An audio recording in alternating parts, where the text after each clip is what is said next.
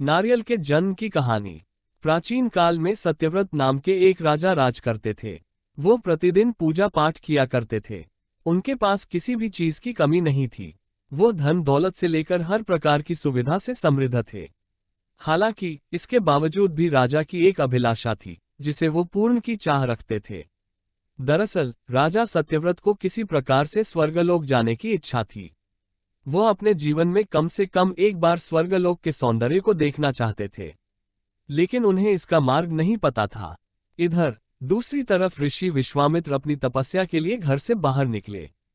चलते चलते वो अपनी कुटिया से काफी आगे चले गए थे। काफी समय बीत गया लेकिन वो नहीं लौटे।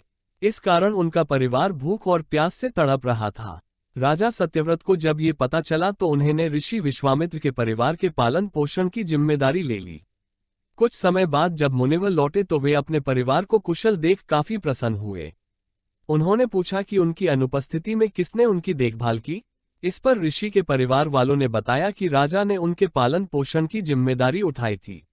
ये सुनकर ऋषि विश्वामित्र तुरंत राजमहल पहुंचे और राजा से मुलाकात की। वहां पहुंचकर उन्होंने सबसे पहले महाराज को धन्यवाद कहा। इस पर राजा ने ऋषि अपनी इच्छा पूर्ण होने का आशीर्वाद मांगा। राजा की बात सुनकर ऋषि विश्वामित्र ने कहा, बोलिए महाराज, आपको क्या वरदान चाहिए। तब महाराज ने कहा, हे मुनि, मुझे एक बार स्वर्गलोक के दर्शन करने हैं। कृपया करके मुझे वहां जाने का वरदान दें।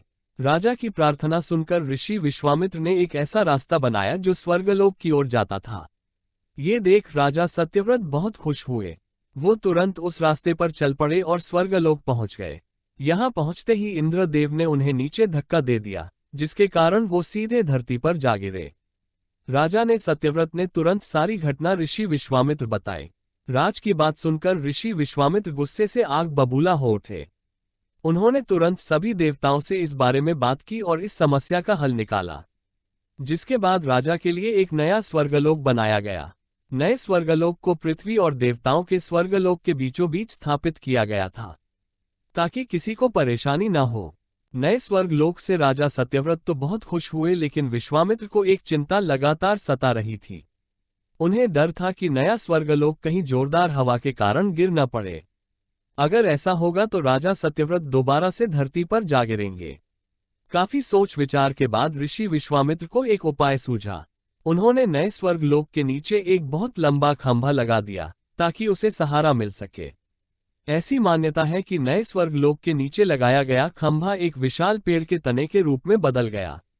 यही नहीं, कुछ समय पश्चात जब राजा सत्यव्रत की मृत्यु हुई तो उनका सिर एक फल में तब्दील हो गया। सभी से इस खंभे को नारियल का पेड़ कहा जाने लगा, जबकि राजा का सिर नारियल के रूप में जाना गया। यही कारण है कि नारियल का पेड़ इतना लंबा होता है। कहानी से सीख। इस कहानी से हमें ये सीख मिलती है कि अगर सच्चे मन से किसी की मदद करें तो हमारी हर ख्वाहिश पूरी हो सकती है।